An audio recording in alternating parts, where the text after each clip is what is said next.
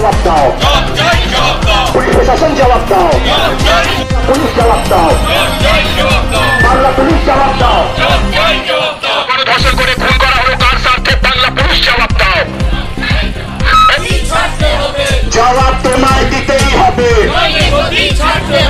জানাই মমতা বন্দ্যোপাধ্যায়কে ধিক ধিক ধিক্কার। আরে তৃণমূল কংগ্রেস দূর হটো, সরকার ধর্ষণকারী সরকার, আরে ডাক্তার মারা সরকার, বাংলা পুলিশ হায় হায়, বাংলা পুলিশ জবাব দাও, বাংলা পুলিশ জবাব দাও। আরে পশ্চিম বাংলার প্রত্যেক স্বাস্থ্যকর্মী যে আমাদের তিলোত্তমা ধর্ষণ করে যে হত্যা করে দেওয়া হয়েছিল, সেইটা নিয়ে পুরো শুধু পশ্চিমবঙ্গের নয় পুরো ভারতবর্ষে একটা আন্দোলন চলেছে। যে পড়াশোনা করছে তারা টাকা দিয়ে সার্টিফিকেট দেবে, দুর্নীতি হচ্ছে। যে মা বোনেদের একই স্বর, দাদা ভাইদের একই স্বর, তোমার আমার একই স্বর। সহ যারা কিছু না এখানে বিজেপির কার্যকর্তা আছেন এই বিক্ষোভ সমাবেশে সকলকে ধন্যবাদ জানাই। আমরা ভারতীয় জনতা পার্টির পক্ষ থেকে আজকে শ্রীরামপুর উত্তরপাড়া ব্লকের বিডিও সাহেবের কাছে নিকম্মা না হতো অবস্থান বিক্ষোভ করছি।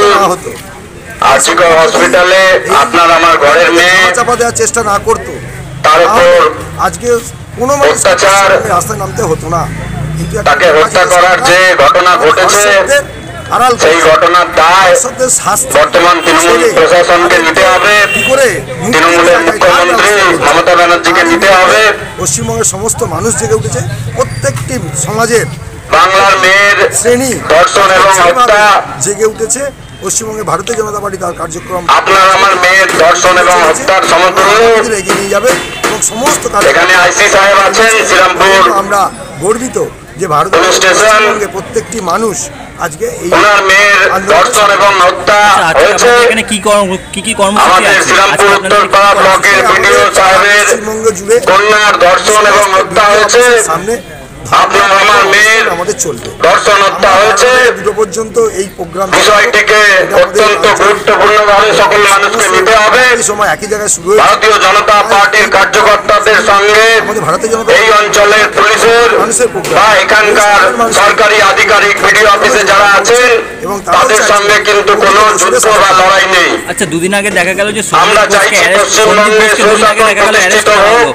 কি মনে হচ্ছে সকল সরকারি আধিকারিকরা দুর্নীতির সঙ্গে যুক্ত হয়ে আছেন, এই সমাজটিকে কলুষিত করছেন, আর কোনো ক্ষমা নেই, তাদেরকে কোনোভাবে ক্ষমা করা যাবে না। রোজ যেভাবে তার উপর পড়েছে তাকে কিছু পুলিশ আধিকারিক তাকে মাথায় চাটি খেতে হয়েছে, দুর্নীতির সঙ্গে যুক্ত হয়ে আছেন, যেভাবে সামনে ঘুরছে তার জলযন্ত্র প্রমাণ হচ্ছে, তাকে ধরে নিয়ে যাওয়া হচ্ছে। সঞ্জয় রায় আজকে অ্যারেস্ট হয়েছে, তো প্রমাণ করে কারো বাড়িতে সন্তান আছে, মেয়ে আছে, বউ আছে, বোন আছে। কলকাতার সিপি বিনীত গোয়েল মহাশয়ের এইরকম কাজকর্ম পুরো পশ্চিমবঙ্গবাসী দেখেছে, গ্রেপ্তার করতে হবে এবং উপযুক্ত শাস্তি দিতে হবে। রাজ্যের মুখ্যমন্ত্রী প্রধানমন্ত্রী কি বলবেন? আপনার আমার সকলের সহযোগিতা নিয়ে কাজ করছেন না, পশ্চিমবঙ্গে সুশাসন প্রতিষ্ঠা করতে চায় একটা রাজ্যের মুখ্যমন্ত্রী। এখানকার বিডিও সাহেবকে বলবো কেন্দ্র সরকারের প্রধানমন্ত্রী আপনার এলাকার যে সকল পঞ্চায়েতগুলো চলছে, পঞ্চায়েতগুলোতে যে যে দুর্নীতি চলছে ভালো করে তার অডিট করার মন্ত্রী তিনি, মুখ্যমন্ত্রী তিনি। আপনার কাছে এই বিক্ষোভ সমাবেশ থেকে আসছেন জানিয়ে যাচ্ছি, ভাবছেন জানি না রিসরা গ্রাম পঞ্চায়েতে যে এক্সিকিউটিভ অফিসারকে আপনারা বসিয়ে রেখেছেন সেই এক্সিকিউটিভ অফিসার ঘরে বসে ওখানে চাকরি কি করে পেল? রিসরা গ্রাম পঞ্চায়েতে দিনে এক্সিকিউটিভ অফিসার কি করে পার্মানেন্ট চাকরি তার হয় থাকবে? আপনারা তদন্ত করে দেখুন। এটা ভারতীয় জনতা পার্টি এটা আমাদের কিভাবে শাসকের মদতে 9 আগস্ট রাত্রে 36 ঘন্টা ডিউটি করার পর কার্যক্রম একটি ডাক্তার আমাদেরকে ঘটনা একজন মহিলাকে পশ্চিমবঙ্গকে নাড়িয়ে দিয়েছে। কি নৃশংসভাবে ঘটনার ধর্ষণে হত্যা করা হলো। ভারতীয় জনতা পার্টি শ্রীরামপুর সাংগঠনিক জেলার পক্ষ আমাদের যিনি সঞ্চালক ছিলেন সম্মাননীয় ভিডিও অফিসে বক্তব্য আমাদের জেলা সেক্রেটারি উনি বলছিলেন এবং আমরা এটা যে সরকারি অ্যাপ্লায়েন্স দান কর এখানে সম্মাননীয় কৃষ্ণাদি বসেছিলেন, কার্যকর নয়। বসে আছেন এখনো মাননীয় মোহনদা আরো আছেন, অনেক হয়তো হসপিটাল কিন্তু আছে, বিশ্বাস করুন কাল দপ্তরগুলো আসছে আছে, না বলা দিয়ে আমাদের একটাই আসছে, বসে আছে। যেটা ভেতর এখনো থেকে যদি তারা প্রত্যেক মেয়ের সমাধান না আসছে, হয়, আমরা এখনো যদি চিৎকার তারা করবে নিজেদের না দেখি করেন, কত দূর বলা যায়। এই লুট, চুরি আমাদের এবং শুধু দুর্নীতির সঙ্গে যুক্ত মোমবাতি হাতে থাকে, নীরব থাকার দায়। তাহলে কিন্তু আগামী আমরা দিন কিছু ধ্বজা ভারতীয় ভাঙা জনতা রক্তাই পার্টি চেপেছি, ক্ষমতায় সেটা আর আসছে বড়াচ্ছে না। পশ্চিমবঙ্গে, তখন কিন্তু এদের কারণ নিস্তার হবে। প্রত্যেক জায়গা থেকে আওয়াজ উঠছে, আপনারা দেখছেন কলকাতায় কোনো রকম ভাবে জায়গায় জায়গায় বাইপাসের আমরা ধারে এটাকে ধারে আলোচনা প্রশ্রয় দেব হচ্ছে, না, মানববন্ধন যেটা হচ্ছে। মানুষের বিরুদ্ধে যায়, আজকে সাধারণ শাসক দল মানুষের এটাকে বিপক্ষে যায়।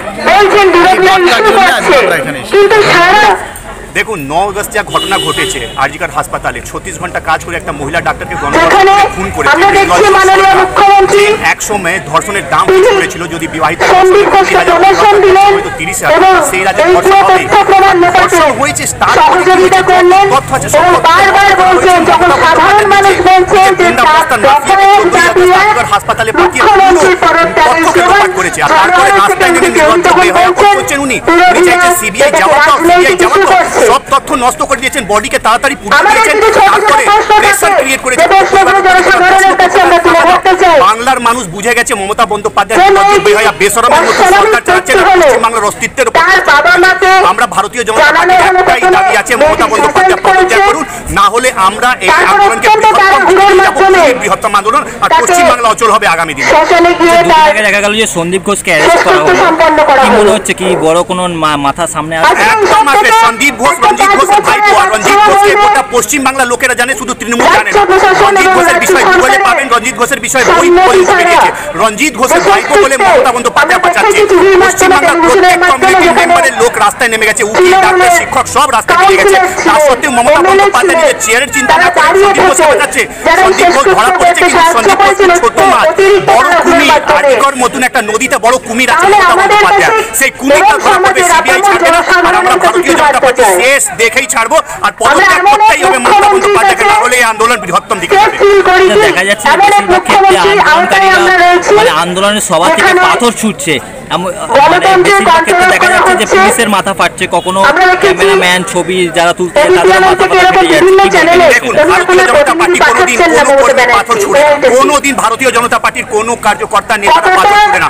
এই সব আন্দোলনে টিএমসি গুন্ডা মাফিয়া মস্তানরা ঢুকে পাথর ছুটে, আর টিএমসি থেকে নেতা হয় না, গুন্ডা মস্তান মাফিয়া অ্যান্টি সোশ্যাল হয়, ওরা পাথর ছুড়ে, বিজেপি কোনোদিন পাথর ছুড়ে না। আর এই পুলিশরা যেভাবে বড় বড় পুরো ব্যারিকেড, যেভাবে হাতি ভাঙতে পারে না এমন ব্যারিকেড করেছে, বড় কন্টেনার রেখে দিয়েছে। নিশ্চয়ই সেদিন যা ছাত্র আন্দোলন হয়েছিল, ছাত্ররা আন্দোলন করেছিল, বিজেপি সাপোর্ট করেছিল, কিন্তু যেভাবে আন্দোলনকে আটকানোর চেষ্টা হচ্ছে, নিশ্চয়ই ছাত্র তো মানবে না। ছাত্র তো রাজনীতি বোঝে না, ছাত্রদের একদম মনে আছে পুরো যত তাড়াতাড়ি হোক, যত ধর্ষণকারীরা আছে ওরা সবাই জেলে যাক বা ফাঁসি।